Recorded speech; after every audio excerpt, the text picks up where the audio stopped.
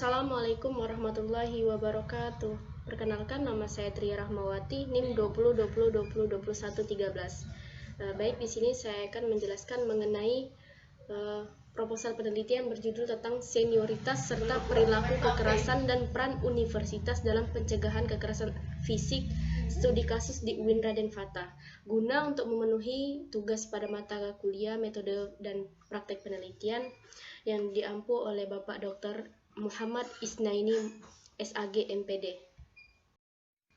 Pokok pembahasan bab 1 pendahuluan, bab 2 kerangka dasar teoritis, bab 3 metodologi penelitian.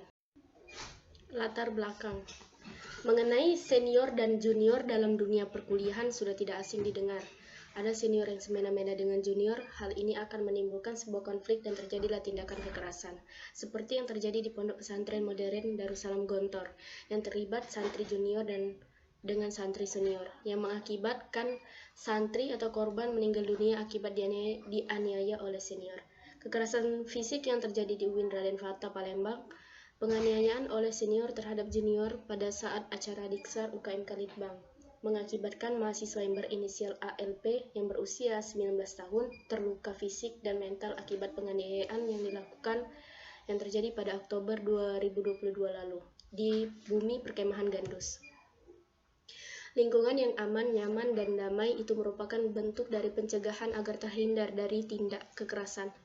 Menjamin keamanan, keselamatan, dan kenyamanan peserta didik merupakan sebuah tanggung jawab dari lembaga pendidikan. Karena itu salah satu tujuan atau diciptakannya sebuah pendidikan agar sebuah proses pembelajaran dapat berlangsung sesuai dengan apa yang diidealkan. Lembaga pendidikan itu harus bergerak cepat dalam upaya penegakan mengenai kasus tindak kekerasan fisik, baik itu antara dosen dengan mahasiswa atau mahasiswi dan sebaliknya.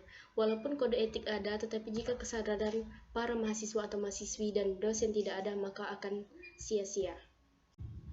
Rumusan masalah. Yang pertama, apa faktor yang membuat kekerasan fisik itu terjadi?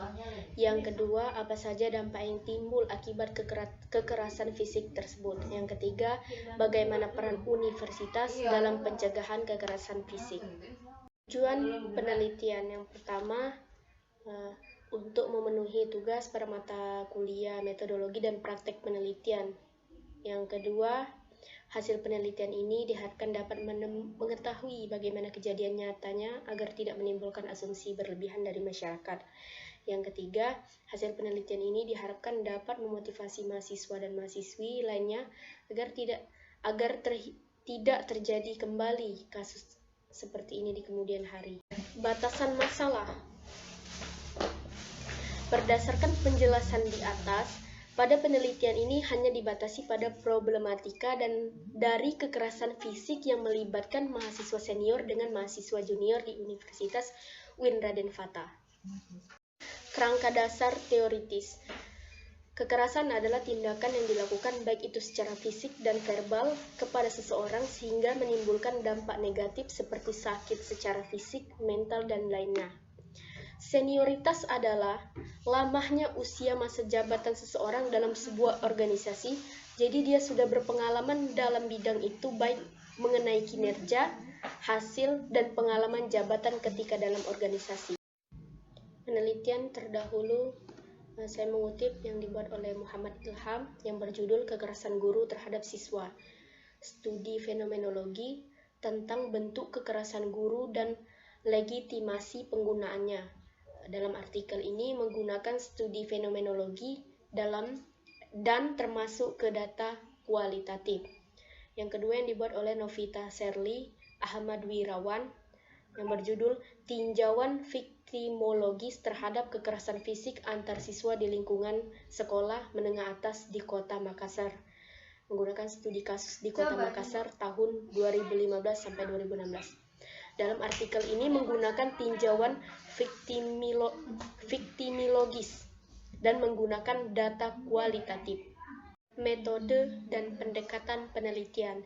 Jadi, penulis melakukan penelitian ini dengan menggunakan pendekatan naratif atau narasi, menangkap intisari dari cerita yang disampaikan seseorang yang tahu dan paham dalam permasalahan ini. Teknik pengumpulan data. menggunakan metode observasi, teknik pengumpulan data yang dilakukan melalui suatu pengamatan dan disertai dengan catatan-catatan mengenai keadaan permasalahan tersebut, dan mendapatkan perkembangan informasi-informasi dari internet dan teman-teman di kampus, sehingga dari berbagai informasi dapat saya hubungkan dan mendapatkan sebuah kejelasan. Teknik analisis data. Teknik analisis data kualitatif dengan teknik purposive sampling adalah teknik pengambilan sampel sumber data dengan pertimbangan tertentu. Jika poin-poin penelitian telah terpenuhi, maka dapat disimpulkan bagaimana cara pengatasan permasalahan tersebut. Sekian, itu saja yang dapat saya paparkan. Lebih dan kurang saya mohon maaf, kepada Allah saya mohon ampun. Wabillahi taufiq wal hidayah. Wassalamualaikum warahmatullahi wabarakatuh.